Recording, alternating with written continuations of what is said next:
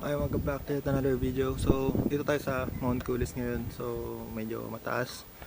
And, ganda na start ko kasi pauwi na ako. So, second day namin dito and pauwi na rin ako. Kasi di na ako sasama sa mag-hike pa kasi sila. Punta sila ng Noah's Ark, punta silang falls. And, ayan. So, magkikita na lang kami mga lunch siguro and kakain. Tapos, uwi na rin. So, ayun. Mahaba-haba yung daan pababa kasi ito yung view. Ayan. So nag-rent din kami ng kubo imbis na tent kasi mas okay yun and malamig, pero sanay naman ako sa vlog kasi malapit lang rin ako dito. Tapos yung bababain natin is yun. Asan na ba? Yung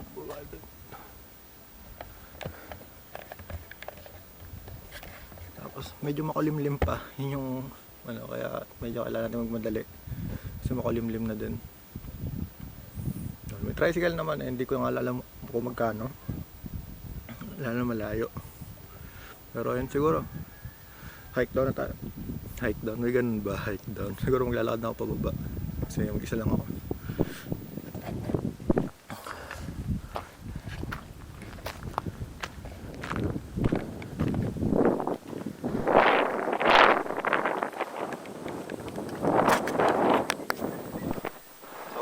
Doon taas ng hangin yun doon lagay magtayo ng tent tapos lakad. So ayan, tara.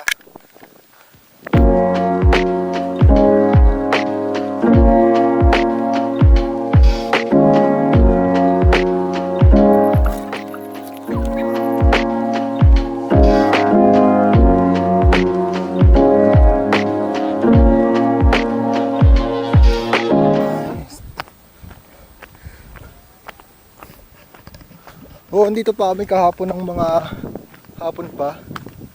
Kaya lang, ano lang ako, sabit lang talaga kaya, yan. Naka-short ako, tapos chinelas. Kasi lahat sila, sandals,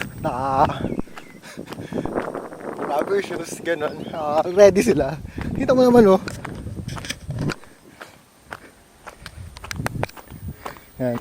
So, dun pa ako sa hindi ko alam kung kita, pero dun pa ako sa baba. Sa chinelas lang ako, sa ito ng paa ako. So, hindi ko alam kung kita eh. So, yun, Mount Kulis. May parang malaking ano dun. Kuya! Saan mas okay dumaan pababa? Dito, dito. Kahit saan? Salamat.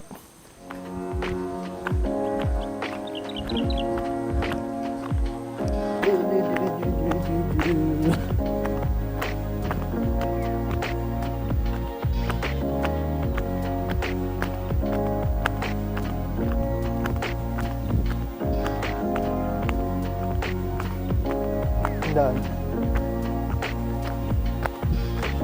Tapos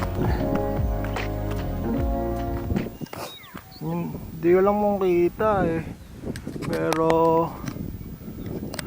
dun banda yung dyan Noah's Ark. Tapos ayun, naban kasi ako, nakasabay ako sa likod tapos mag-isa lang ako kaya tumigil pa ako ng video.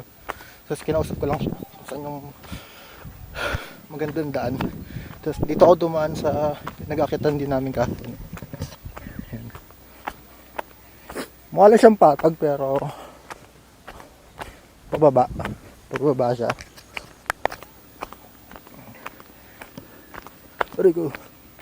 So ayun, bali nag-rent kami ng kubo, tapos overnight. Tapos naroon akong palabas. Yun lang talaga yung ganap nun. Kasi wala naman talaga kaming gagawin. Naman ko lang talaga sila mag overnight kasi taga dito rin lang naman ako. Diba? Sinamahan ko na rin lang sila.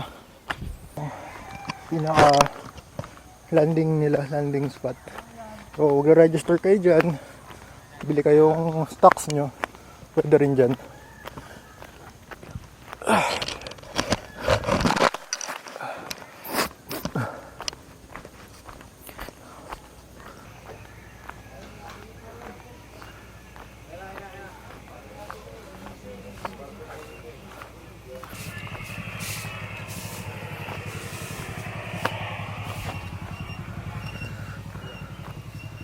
So, ayun, ang lit ng mundo, no, yung nasakyan kong tricycle, palabas ng Kulis. Yung motor na nilalabas niya, ang may-ari, kakilala ng pamilya namin. So, konting kwentuhan lang. And then, siguro, abang lang ako jeep, tapos uwi na rin ako. Willing na kasi ako maglakad, palabas ng Kulis, hanggang dito mismo sa daan, sa may Marilaque.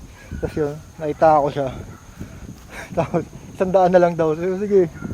Kasi saglit lang naman yung palabas. Ayun.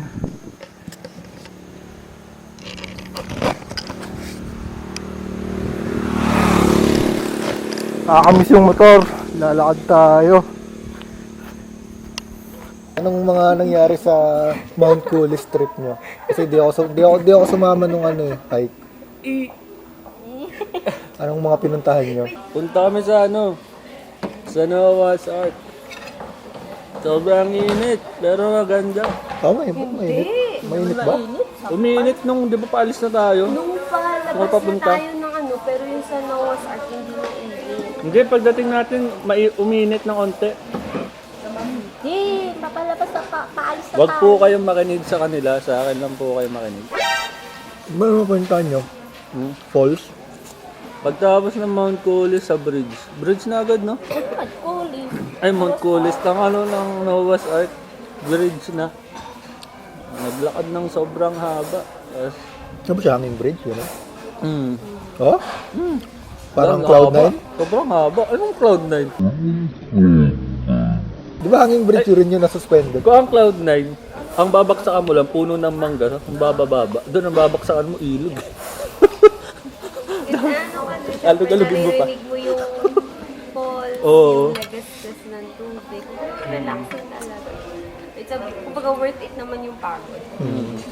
Ganun. Sobrang Pero, haba.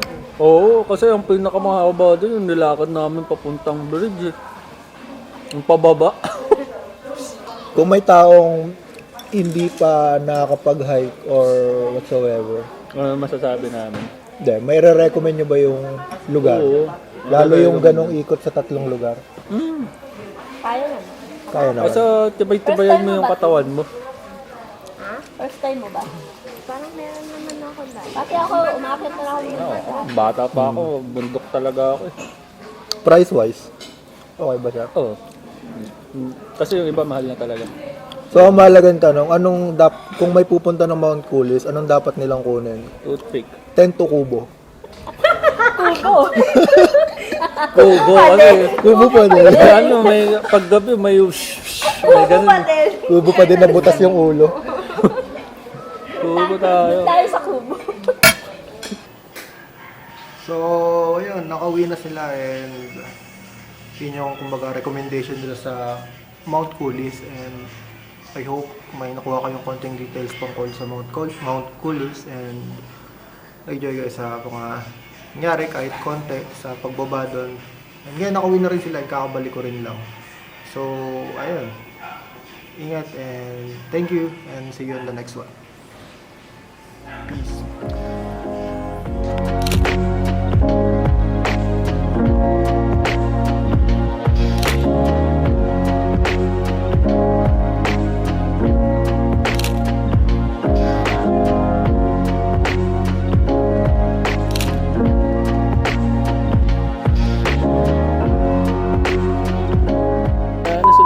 Kanina, naranasan mo yung pagod. Love you, pre. Papatayin ko na, nandiyan ka na, parating ka na.